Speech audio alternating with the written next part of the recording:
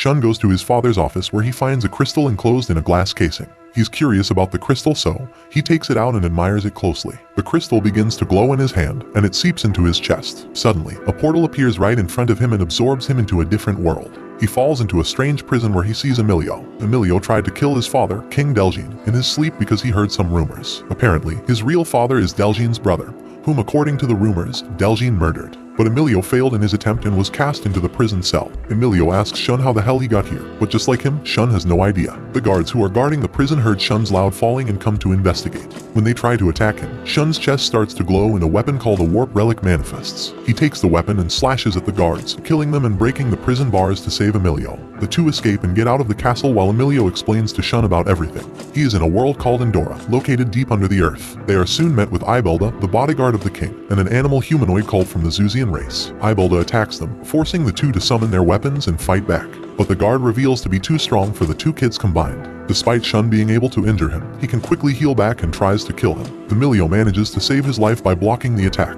but the animal pushes them into a fast river. Luckily, Emilio manages to save Shun by swimming into the sewers. Upon getting out, the two met with Emilio's friend, Alicia, and her cute baby dragon. She takes them to Pascal's house, one of their friends, who can hide them from the guards. There, Pascal gives an in-depth explanation to Shun about the world of Endra and how Earth is called the Surface, and that he can return home if he goes to Babel, a place that was created by the former king, who desired to go to the surface. Babel was once destroyed, which blocked traveling between the two worlds. But the current king is rebuilding it, having the desire of also going to the surface. However, the royal guards finally find their tracks and start attacking Pascal's place. Pascal along with the trio gets into his flying device and they escape unscathed to another hiding place. Emilio reveals his plan to find a resistance group to help him kill the king. And if Shun helps him, he will take him to Babel so he can return home. Shun accepts the deal and they meet the group. This group just wants to find a way to dispose of the king because of the tyranny. Normal citizens are being oppressed by high taxes and violence, and they end up accepting Emilio's deal after getting assured that he will rule fairly. The group plan to approach the citizens of Endra who would agree to rebel against the king,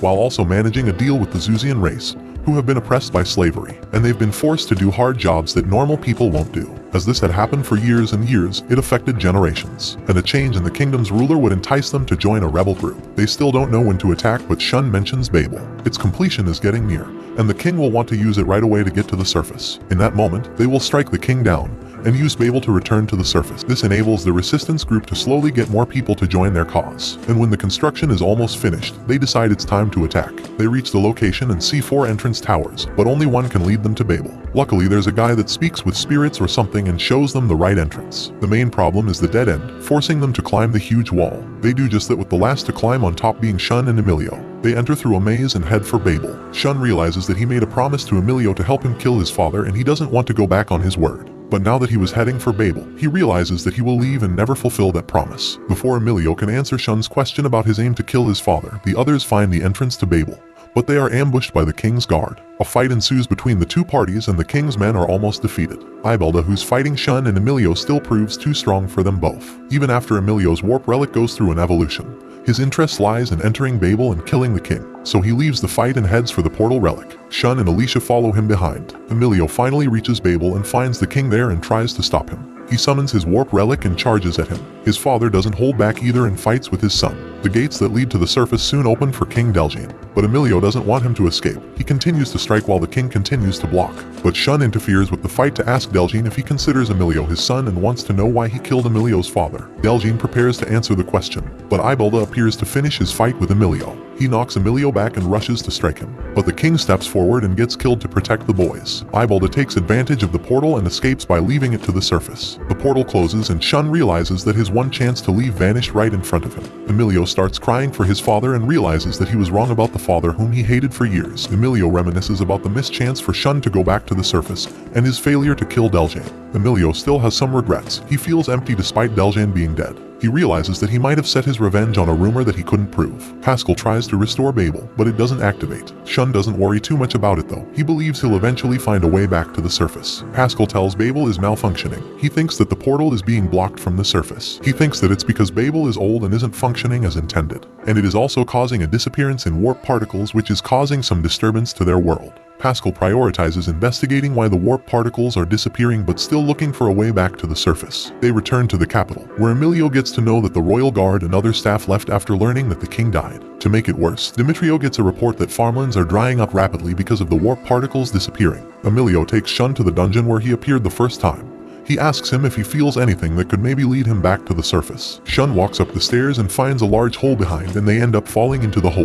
They cling to the wall but see stairs there and decide to follow them down. They find a Zuzian prisoner who claims to have worked for Emilio's father before he got corrupted by someone from the surface. One day, they found a person from the surface while they were on a hunt, and decided to take care of him. That person quickly earned the king's trust and started to manipulate him. The goal was to create Babel. He told the king that it would control a special energy that only exists in Endra. That energy could be used to replenish lands, making them fertile again or even defeat dragons. To the king, this sounds like magic, as he's greedy as hell and fell into the scheme. The prisoner tried to open the king's eyes but was sentenced to jail. Shun asks more about the traveler's name, features, and the thing he used to travel between the worlds. This makes the Zuzian realize that Shun is from the surface too, and gets enraged that he could be another traitor. He summons his weapon and tries to cut Shun, but Shun's chest starts to glow, and both he and Emilio are teleported to the surface. Shun is happy to be back to his home, and Emilio realizes that he's on the surface. They go to his home and Shun's mom is happy to see him, and Emilio gets to see pictures of Shun as a baby. They go to see Shun's father, Asanaga, and introduce Emilio. He tells Emilio to not worry too much as he will look for a way back to Endra. But Emilio feels uncomfortable with Shun's father. He starts to see flashbacks from his childhood memories of the traveler from the surface. It was Asanaga, Shun's father. He confronts him about being the traveler, and about how he disappeared with his cousin, the real Deljane's son. But Shun's father pulls out a pistol and shoots, scaring even Shun, whom he tells he is not even his real son.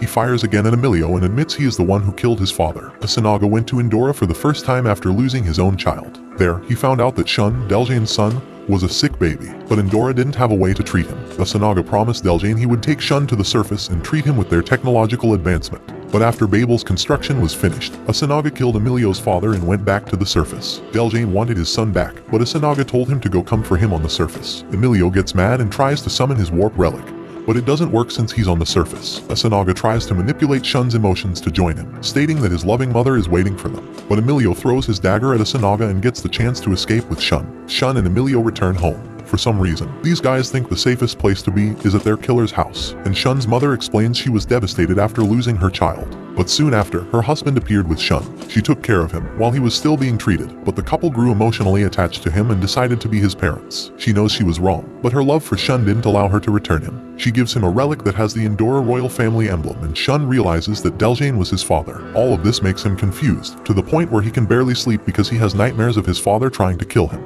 He tells Emilio that he now understands why Emilio wanted to kill Deljane, despite him being the one who raised him. Emilio tells him to talk to his father just as he should have with Deljane. Shun visits his father's old office to meet with him. His father arrives and Shun immediately shoots him with questions. Asanaga brings out a crystal that belongs to the ancient people of Endra. He explains he did everything to absorb the energy particles that will revolutionize life on Earth. Endra will die as a result, but he doesn't care about it. He only cares about his family and Earth. Shun doesn't accept what his father has done and doesn't want Endra to die. Asanaga realizes Shun will stand in his way and pulls out a gun. He will eliminate those who stand in his way, even his own son. He blames Emilio for brainwashing Shun and tries to shoot him, but Shun tries to protect Emilio. This activates the crystal and both are teleported to Endra. They meet Pascal and find out about the research progress. There is a place like Babel called Ternanog, which is absorbing all the warp particles into the center of a crystal. Everyone from Endra doesn't believe it, because Ternanog is only mentioned in the legends. Nobody has ever seen it before. But Shun confirms it does exist and reveals his father's plan to absorb the energy particles and destroy Endra. Their only problem is that Ternanog is a huge tower in the middle of the ocean.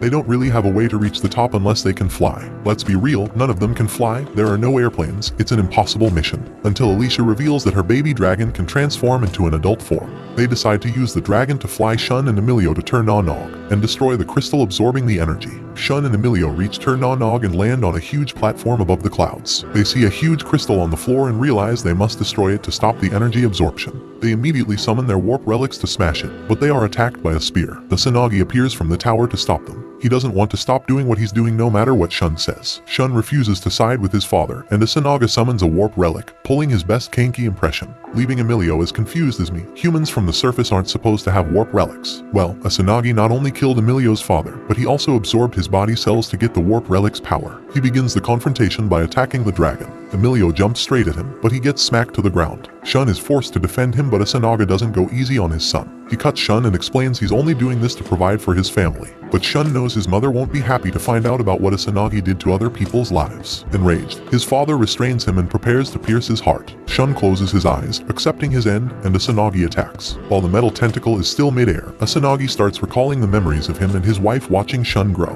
Those memories make him hesitate at the last second. He doesn't have the heart to kill his own son. This gives Emilio the chance to rush in to deal the final blow. His strong feelings to protect his cousin and people allow his warp relic to evolve into a super huge sword. Seeing it, the injured dragon fuses with the sword to create a beam that pierces Asanaga through the chest, killing him. With Asanaga dead, Turnanog crumbles, and the two fly back to the capital on the dragon. The group celebrates their victory, but Shun says goodbye and activates